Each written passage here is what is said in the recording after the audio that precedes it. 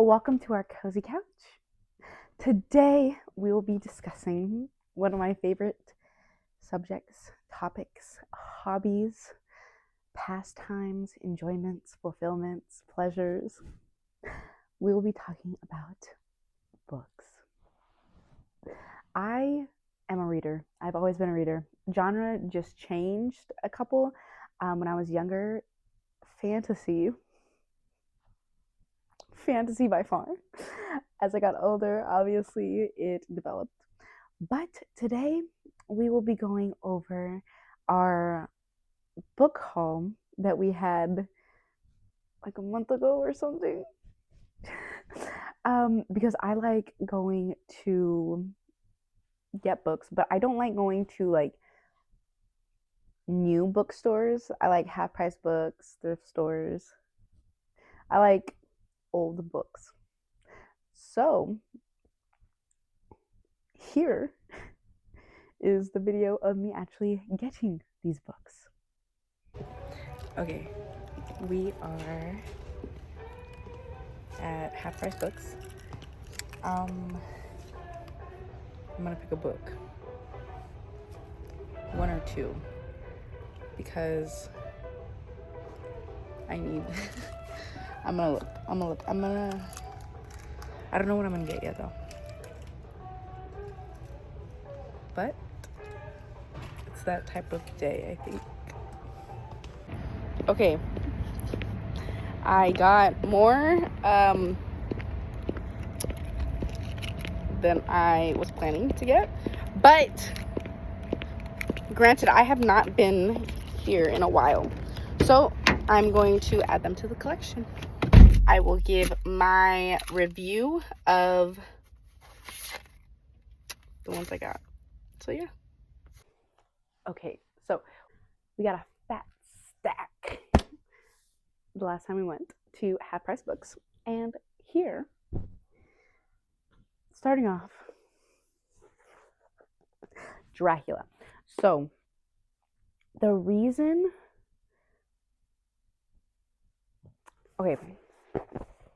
I got this book is because for like a month long, I was rewatching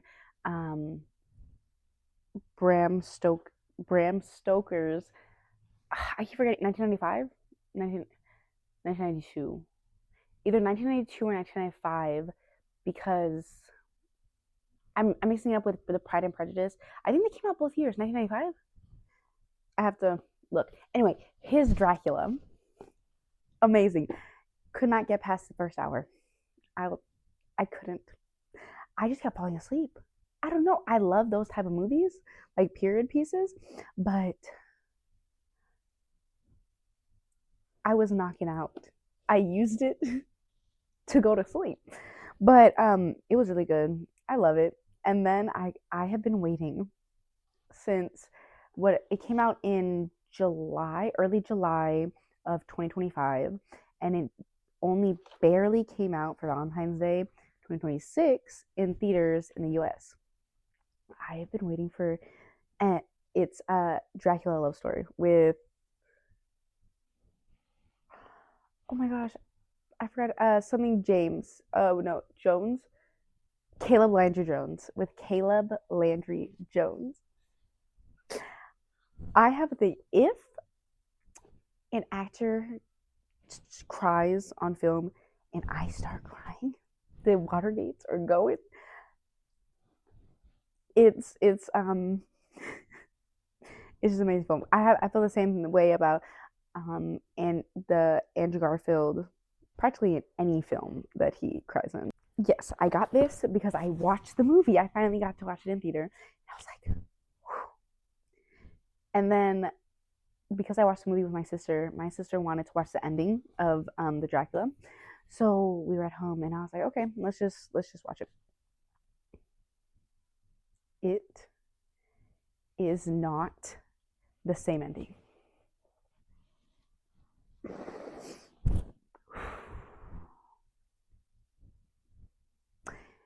It is not the same ending. It is not even close to the same ending. So that's why I was like, let me read the book to see which ending is more accurate. And I think the 1995 or 1992 version of Dracula is a very close adaptation of the book, and I'm gonna cry. I'm gonna cry, but I do like it because it's a journal basically. It's the diary, and it's reading it like that. So, and it's a short read. It is 315 315 pages, so not bad at all. But the only thing I would have to say, because they only had this version of the cover, I do not, I am not a fan of covers that simplified color covers. The simplification of book covers, not really my forte, to be honest. And I don't really like when they adapt it to the movie or show as well. I like the original covers. But this is number one. So I started reading it, started February 27th. I read the first page. Oh, 1992. Because I write, yeah, 1992. That's the Dracula. But it'll be a good read. Okay, next on the list we have a window across the river. So I got this because it was on their little cart that's like final sale, and I was like, $3. Let's try something new. So it is. Let me see when the publication, and I thank my English classes because I was not a big fan of English, but I do thank them for letting me know how to find the publication date and all of the information for that. Because you have to cite the books. Hold on. 1950. Oh, copyright 2003. I have no idea what I was looking at, but copyright 2003. It should be good. It's about love, the falls, the fails of love. So I will see when I actually read it. Okay, next is A Handmaid's Tale. So the reason I got this is because, why did I get this? I don't know. I watched the first 2 seasons or so, and honestly, I want to read it because I think the later seasons are not part of the book. I don't know. All I know, first one, I'm gonna read it. Not typically what I read, but I did watch the show. So let's go. Next, we have Gift from the Sea. And so, Gift from the Sea, it's the same that it was on the cart of Final Sale. So I was like, okay, let me get it. Let's read. So I have a thing, right? I like book covers. I love paperback books. Almost all of my books are paperback books. Paperback books, unless so I normally first get paperback books, and then if I am truly like I love this book, I'll get the hard copy, and I won't annotate it in it. It'll just be like a collectible, I guess you could say. But okay, I love when. Do you hear that? Ooh, that is so nice. And then I prefer books that are not solid white pages. I don't know how to describe it, but it's like the type of paper of a book matters. Let's see, what is this about? To be honest, I forgot. A modern day classic. Here are Anne Murrow Lindbergh's elegant and wise meditations on youth and age, love and marriage, solitude, peace, and contentment, as she sets them down during a brief vacation by the ocean. She helps us see ways to reconcile our most deeply personal needs with obligations to family, friends, lovers, and work, ways to separate loneliness from replenishing solitude, and ways to find solace in the simplest of daily tasks. Now more than ever, Gifts from the Sea serves as a spiritual compass guiding us towards inner tranquility in the face of life's deeper questions. And wait, so it is less than 140 pages. It's 140 pages, and plus, do you see it's printed? It's the I was gonna say wider roll, but it's the text is bigger. So honestly, this would take me an hour, if that. And I love annotating in it, so probably more than an hour. But this actually does look like a good book. I see why I got it. I forgot. Next, we have, ooh, this is a baby one too, and it was in the same category. So it's poetry. It's the same author. It is the same author as Gifts from the Sea. I didn't realize that. So it's The Unicorn and Other Poems. Here, let us read one. So, Presence.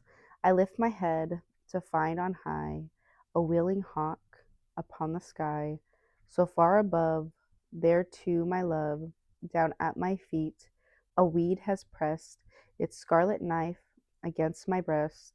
O miracle, are you here too? Is that a haiku? So the way it's I know it's been a while. Different poems or different. Let's just stop here. Let's stop. Next book. So we have Tales of Mystery and Imagination by Edgar Allan Poe. And it's fitting because I was talking about Edgar Allan Poe with my sister. What is this about? Oh, it's a collection of his best stories. So it has The Pit and the Pendulum, The Fall of the House of Usher, The Premature Burial, The Telltale Heart. So yeah, Edgar Allan Poe. I remember reading him in English. Okay, next we have The Scarlet Letter. So the reason I got this, that's why. That's why. Also because if anyone has watched Easy A with Emma Stone, I like that movie. I really liked it. I watched it a lot. Scarlet Letter. This is what it's based on, or not based on. It adds to the movie. It helps with the movie, the plot of the movie. Oh, I really should have opened this. I really should have looked deeper. It is annotated, but you know, it happens. It's annotated.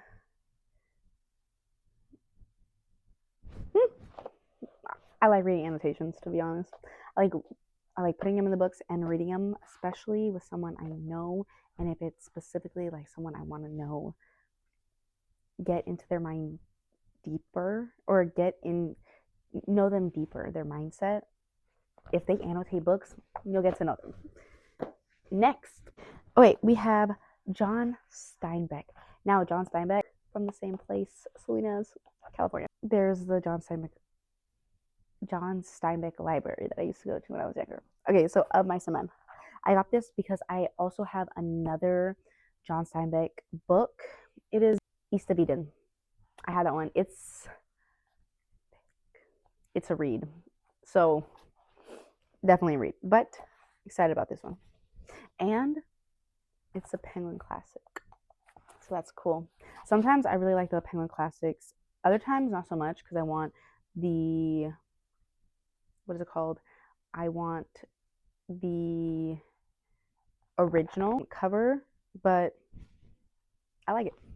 And last but not least, okay, so this book, I was going to get it like over a year ago, but then I saw that it's written in third person. Not my favorite. But then I realized I was reading some other stuff third person. So what am I doing? But